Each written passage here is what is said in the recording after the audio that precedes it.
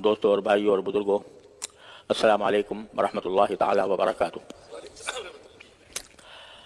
آج کل ہمارے ملک میں ایک عجیب قسم کی بے چینی اور اضطراب لوگوں کے دلوں پر چھایا ہوا ہے۔ ہر طرف سے حالات بڑے تشویشناک نظر آتے ہیں۔ عوام کے اوپر مہنگائی کا ایک طوفان مسلط ہے، ملک کے خزانے خالی ہو رہے ہیں، سیاسی طور پر قوم بٹی ہوئی ہے،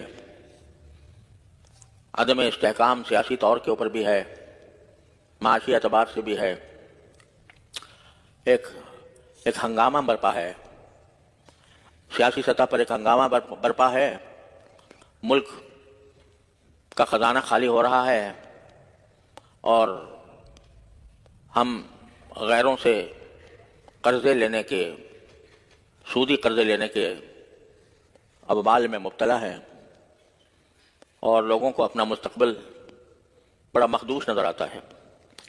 عام آدمی کی مشکلات کئی گنا بڑھ چکی ہیں۔ لوگوں کے لیے اپنے گھر کا انتظام کرنا اور اپنے لیے روزی کمانا یہ مشکل ہو گیا ہے۔ بے روزگاری کا بھی ایک عظیم فتنہ ہے جو پورے ملک کے اوپر مسلط ہے۔ ایسے حالات میں ایک عام آدمی کیا کرے؟ عام آدمی کے ہاتھ میں نہ سلطنت ہے، نہ حکومت ہے، نہ اقتدار ہے، نہ اس کے پاس وسائل ہیں کہ وہ ان حالات کو درست کر سکے۔ تو جب اس قسم کے حالات پیدا ہو جائیں، جب ایک انسان کے لیے ملک کی بہتری کا کوئی وسیلہ موجود نہ رہے، تو اللہ تبارک و تعالیٰ نے سورہ مائدہ کی اس آیت میں جو میں نے آپ کے سامنے ابھی پڑھی ہے، ایک نسخہ بتایا۔ وہ نسخہ بہت زیادہ مشکل نہیں ہے، لیکن اس پر عمل کر کے اگر ہم اہتمام کریں اور اس پر عمل کرنے کی اہمیت دل میں پیدا کریں تو یہی نسخہ بالآخر ملک کی اور قوم کی اور ملت کی مجموعی بہتری کی طرف لے جا سکتا ہے۔ اگر آپ اور ہم مجلسوں میں بیٹھ کر حالات کا شکوہ کریں اور کہیں بھائی بہت برے حالات ہیں، بہت برے حالات ہیں، مہنگائی اس طرح بڑھ گئی ہے، سیاسی لڑائیاں اس طرح ہو رہی ہیں، حکومت اس طرح ناکام ہو رہی ہے اور عوام اس طرح پس رہے ہیں، اور کون کیا کر رہا ہے اس پر تبصرے ہم اپنی مجلسوں میں کرتے رہے ہیں، تو اس سے کیا حاصل؟ اس سے حالات بدل نہیں سکتے۔ اگر ہم اپنی مجلسوں کو ان تبصروں سے آباد رکھیں اور برائی کا شکوہ کرتے رہیں تو اس سے کوئی حالات میں کوئی تبدیلی نہیں آ سکتی۔ لیکن ایک کام ہے جو ہر آدمی کے کرنے کا ہے، ہر مسلمان کے کرنے کا ہے، وہ اللہ تبارک و تعالیٰ نے اس آیت کریمہ میں بیان فرمایا، اور وہ بڑا منطقی اور بڑا عقلی اور بڑا حکیمانہ طریقہ ہے جو اللہ تبارک و تعالیٰ نے اس آیت کریمہ میں بیان فرمایا۔ وہ یہ ہے کہ بھائی تم دوسروں کو خرابی سے روکنے کی تمہارے اندر طاقت نہیں ہے۔ اگر کوئی دوسرا آدمی ملک کی تباہی کا کام کر رہا ہے تو آپ کے پاس طاقت نہیں ہے کہ اس کا ہاتھ پکڑ لیں، لیکن ایک کام آپ کے اپنے بس میں ہے، اس کی طرف توجہ دو۔ وہ کیا ہے؟ وہ یہ کہ تم خود اپنے آپ کی طرف دیکھ کر، اپنے حالات کا جائزہ لے کر، جہاں جہاں تم اپنے زندگی میں غلطی کر رہے ہو کم از کم اپنے آپ کو اس غلطی سے بچا دو۔ آج اگر ہم یہاں 1500 آدمی موجود ہیں اور ہم میں سے ہر ایک یہ تہیہ کر لے کہ میں اپنے آپ کو ٹھیک کروں گا، یعنی میرے اندر جو غلطیاں پائی جا رہی ہیں ان کی اصلاح کروں گا، ان کو درست کروں گا، اگر یہ 1000 آدمی یا 2000 آدمی جو بھی ہیں وہ اگر یہ تہیہ کر کے اپنی اصلاح کی طرف لگ جائیں تو 1000-2000 آدمی ٹھیک ہو گئے۔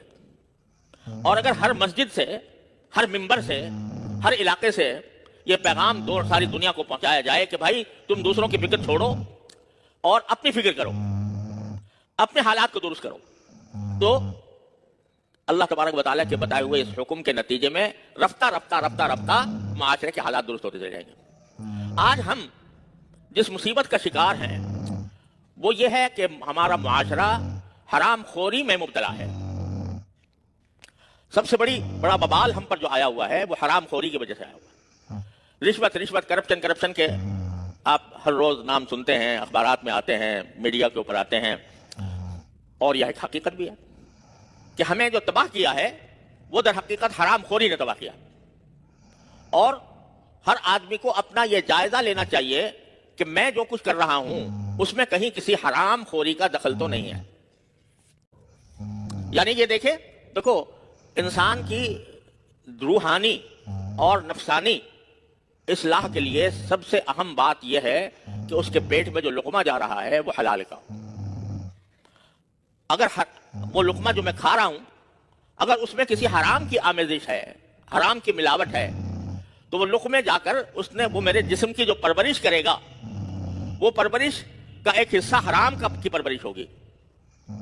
اور اسی لیے حدیث پاک میں حضور نبی کریم سرورت عالم صلی اللہ علیہ وسلم نے ارشاد فرمایا کہ لحم نبت من سحت فالنار اولا به او کما قال صلی اللہ علیہ وسلم، کہ انسان کے جسم کا جو گوشت کسی حرام کھانے کی وجہ سے اگا ہے وہ جہنم کا حصہ ہے، جہنم اس کی زیادہ مستحق ہے۔ یعنی وہ جسم کا وہ حصہ، گوشت کا وہ حصہ جو کسی گناہ کے اور حرام کھانے کے نتیجے میں جسم پر اگا، وہ جہنم اس کی زیادہ مستحق ہے، جہنم اس کو پکڑ لے گی۔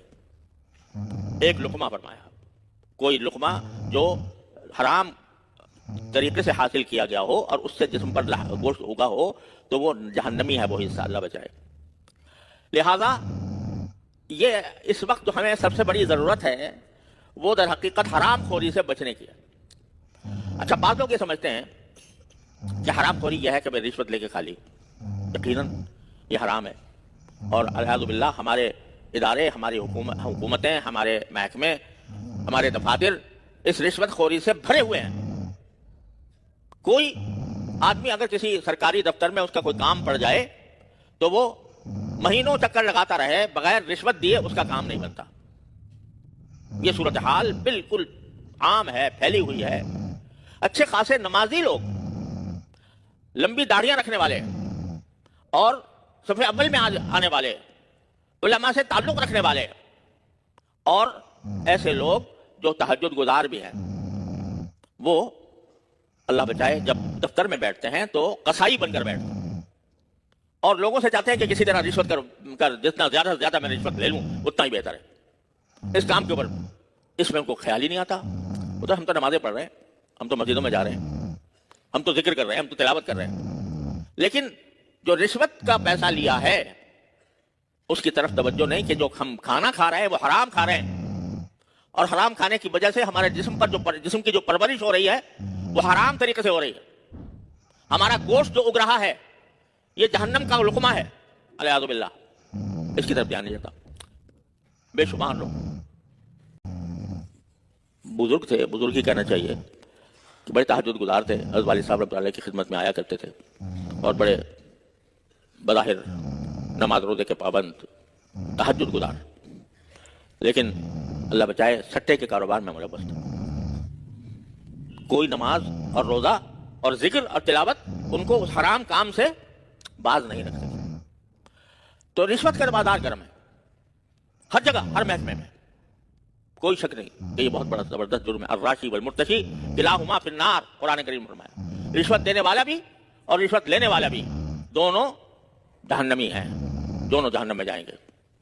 پتہ ہی نہیں کس وقت موت آ جائے انسان کو، کسی وقت بھی آدمی اجل کا بلاوا آ جائے اور حساب دینا پڑے تو کیا حشر بنے گا، اس کی طرف دھیان نہیں۔ تو یہ بڑے بڑے گناہ تو ہیں ہی، رشوت ہے، سود ہے، دوسرے کے اوپر ظلم کرنا ہے، لیکن میں آپ کو ایسی باتیں بتاتا ہوں کہ جن کی طرف دھیان نہیں اور پھر بھی ہم حرام کھا رہے ہیں۔ مثلا ایک آدمی ملازم ہے کہیں، اس کی ڈیوٹی ہے 8 گھنٹے کی، وہ اگر 8 گھنٹے کی ڈیوٹی دیتا ہے تو تنخواہ اس کے لیے حلال ہے، لیکن اگر اس میں سے 8 گھنٹے میں سے کچھ